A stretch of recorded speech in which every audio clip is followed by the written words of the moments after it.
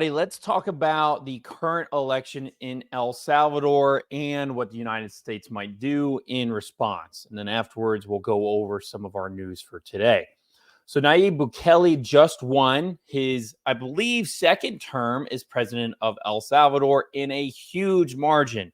And he's been a huge hero to a lot of people, especially in the Bitcoin Web3 community, but to a lot of people who I guess would be center right, or some who are even left of center, for cleaning up the country of El Salvador, plummeting crime rates, and making its economy overall more prosperous.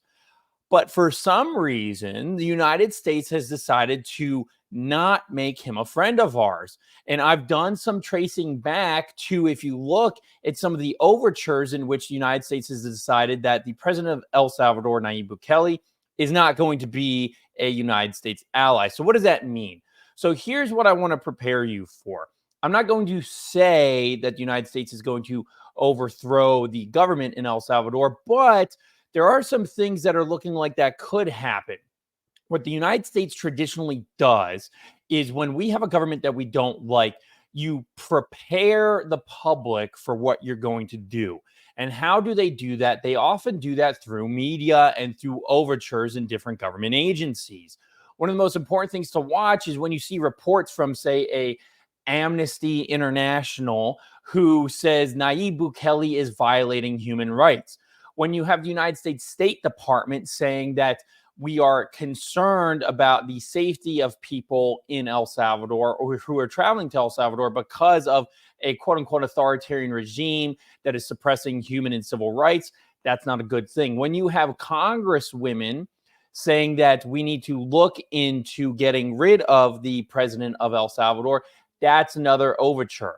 So when you have different media outlets, different agencies under the federal government, and then even people in Congress calling for the removal of a world leader, that's normally a hint that something is going to eventually happen.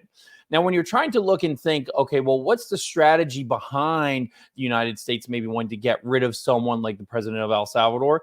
It's a great question. For one thing, of course, I guess it fights the narrative around what you can do in a country as a strong man to get rid of crime. And maybe the United States doesn't like that narrative at all. But where it gets really interesting is if we decide to make El Salvador not a friend of ours, they are going to be forced to use other actors. And what other actors would love to be, if they aren't already, in Central America? That's China and Russia. And that's when it very quickly becomes a potential geopolitical issue. At least that could be an excuse for why we would need to go in there.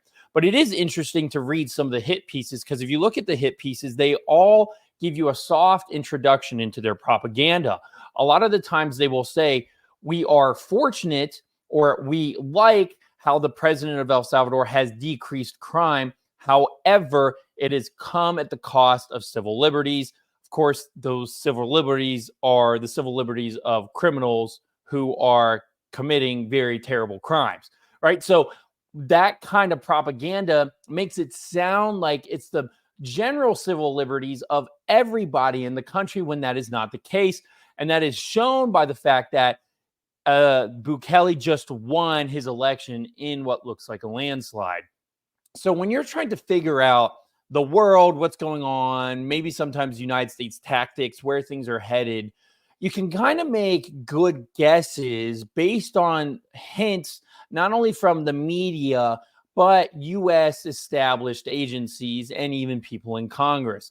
Because I guarantee you, anyone in Congress who is making El Salvador an issue as a part of their political statements or platforms isn't doing it on their own. They aren't doing it because for some reason they know somebody in El Salvador who's been persecuted. It is because they're being told to do so.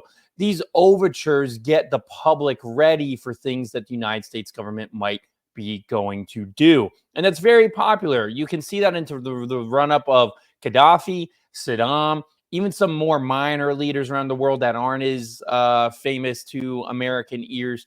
So to me, and I'm not trying to be a doomsday guy here, I think El Salvador is awesome. I think people should, if they'd like, move there. If you're some guy who's huge into Bitcoin and you think El Salvador is the place to be, go and move there. That's great. That's fantastic.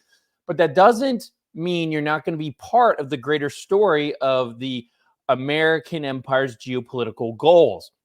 And I can't exactly tell you what those goals might be specifically when it comes to El Salvador. It seems very odd.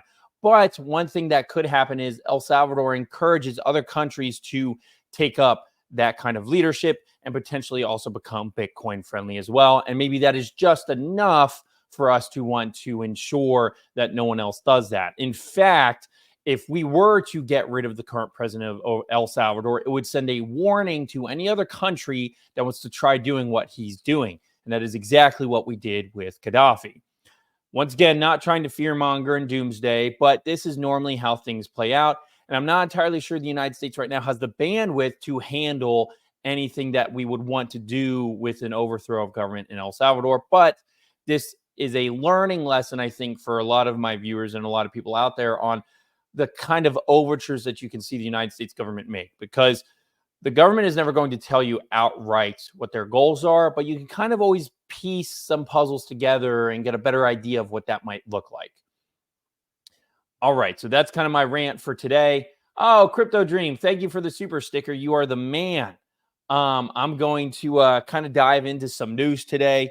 And then this is the last day with my ridiculous hair. I'm going to get my hair cut soon, because I moved, and one of the most horrifying things to do is find a new barber. And I've asked a bunch of people, and I found one. We'll see if he's good. You guys can tell me based on how ugly I look next stream. But I got it from some guys at the gym who are like, hey, this is the barber that you should be using. And so we're going to go try that